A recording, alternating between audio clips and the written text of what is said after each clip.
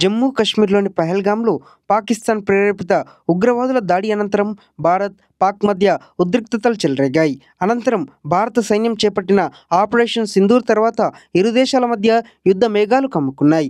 ఈ సమయంలో సరిహద్దు ప్రాంతాల్లో భారీగా సైన్యం మోహరించింది.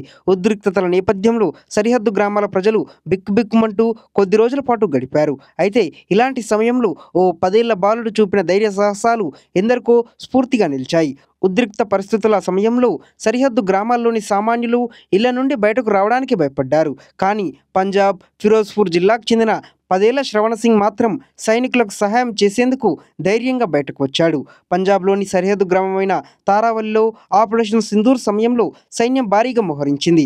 ఈ సందర్భంగా గ్రామానికి చెందిన సోనా సింగ్ కుమారుడు 10 ఏళ్ల శ్రవణ్ సింగ్ తన చిట్టి చేతులతో సైనికుల కోసం నీళ్లు, పాలు, లస్సీ మరియు ఇతర సామాగ్రిని అందించాడు. తమ పంట పొలంలో క్యాంపు ఏర్పాటు చేసుకున్న సైనికుల కోసం శ్రవణ్ సింగ్ రోజు ఇంట్లో నుండి నీళ్లు, లస్సీ, పాలు వంటివి తీసుకుని వెళ్ళేవాడు. బాలుడి ధైర్య సాహసాలను సైనికులు అభినందించారు. ఈ నేపథ్యంలో బాలుడి వీరోచిత చర్య గుర్తింపుగా సేవాభావానికి భారత సైన్యం శ్రవణ్ను తాజాగా సత్కరించింది. ఇదిలా ఉండగా సైన్యంలో చేరి దేశానికి సేవ చేయడమే తన లక్ష్యమని శ్రవణ్ సింగ్ పేర్కొన్నాడు.